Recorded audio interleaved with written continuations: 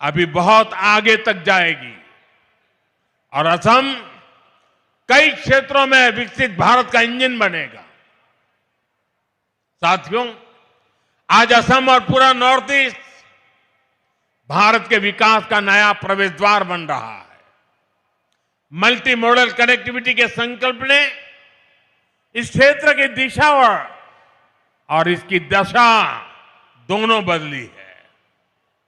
असम में नए पुल बनाने की रफ्तार, नए मोबाइल टावर लगाने की स्पीड, विकास के हर काम की गति सपनों को हकीकत में बदल रही है। ब्रह्मपुत्र पर बने पुलों ने असम की कनेक्टिविटी को नई मजबूती और नया आत्मविश्वास दिया है।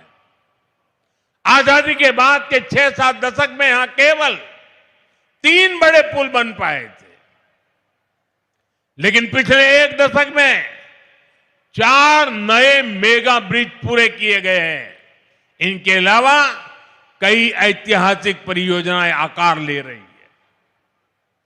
बोगीबील और ढोला सदिया जैसे सबसे लंबे पुलों ने असम को रणनीतिक रूप से और अधिक सशक्त बना दिया है।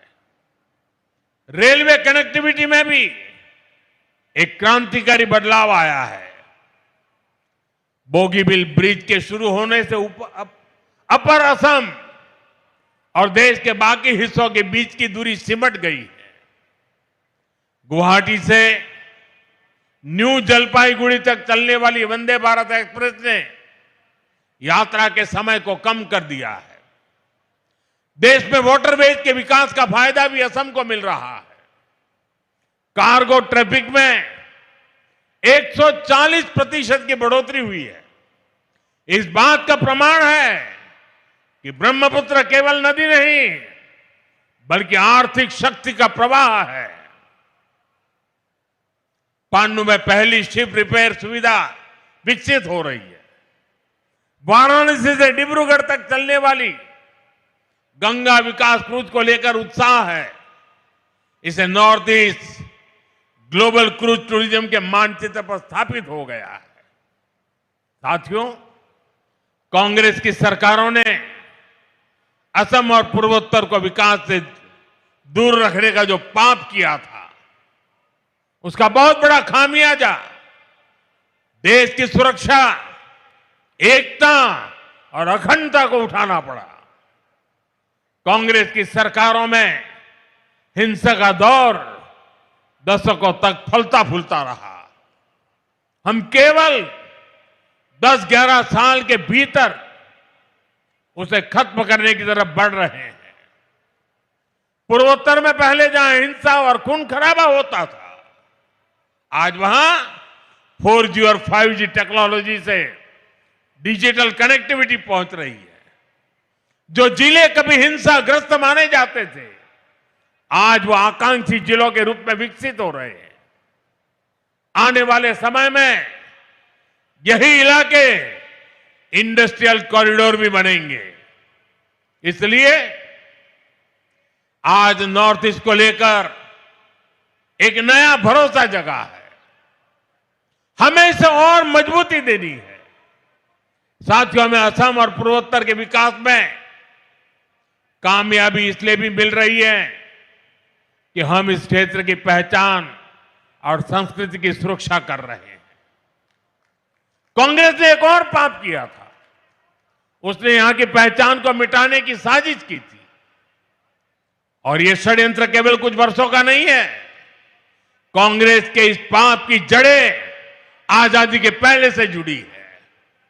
वो समय जब मुस्लिम लीग और अंग्रेजी हुकूमत मिलकर भारत के विभाजन की जमीन तैयार कर रहे थे, उस समय असम को भी अविभाजित बंगाल का यानी ईस्ट पाकिस्तान का हिस्सा बनाने की योजना बनाई गई थी। कांग्रेस उस साजिश का हिस्सा बनने जा रही थी। तब बोरदोलोई जी अपनी पार्टी के खिलाफ खड़े हो गए थे। उन्होंने असम की पहचान को खत्म करने के इस षड्यंत्र का विरोध किया और असम को देश से अलग होने से बचा लिया। भाजपा पार्टी हमेशा पार्टी लाइन से ऊपर उठकर हर देशभक्त का सम्मान करती है। अटल जी के नेतृत्व में जब भारतीय जनता पार्टी की सरकार आई तब उन्हें भारत रत्न दिया गया। भाइयों बहनों, बोरदोलोई जी ने आजादी के पहले तो आसाम को बचा लिया था, लेकिन उनके बाद कांग्रेस ने फिर से असम विरोधी और देश विरोधी काम शुरू कर दिए। कांग्रेस ने अपना वोट बैंक बढ़ाने के लिए मजहबी तुष्टीकरण के षड्यंत्र रचे। बंगाल और असम में अपने वोट बैंक वाले घुसपैठियों को खुली छूट दी गई है। यहां की डेमोग्राफी को बदला गया है। इन घुसपैठियों ने हमारे जंगलों पर कब्जा किया, हमारी जमीनों पर कब्जा किया। इसका नतीजा यह हुआ कि पूरे असम की सुरक्षा और पहचान दांव पर लग गई है। साथियों, आज हेमंता जी की सरकार और उनकी टीम के सभी साथी बहुत मेहनत से असम के संसाधनों को इस गैर कानूनी और देश विरोधी अतिक्रमण से मुक्त करा रही है। असम के संसाधन असम के लोगों के काम आए, इसके लिए हर स्तर पर काम हो रहा है। केंद्र सरकार ने भी घुसपैठ रोकने के लिए सख्ती की है। अवैध घुसपैठियों को बाहर निकालने के लिए उनकी पहचान भी कराई जा रही है। लेकिन भाइयों बहनों, कांग्रेस पार्टी और इंडी गठबंधन के लोग खुलकर देश विरोधी एजेंडे पर उतर आए हैं।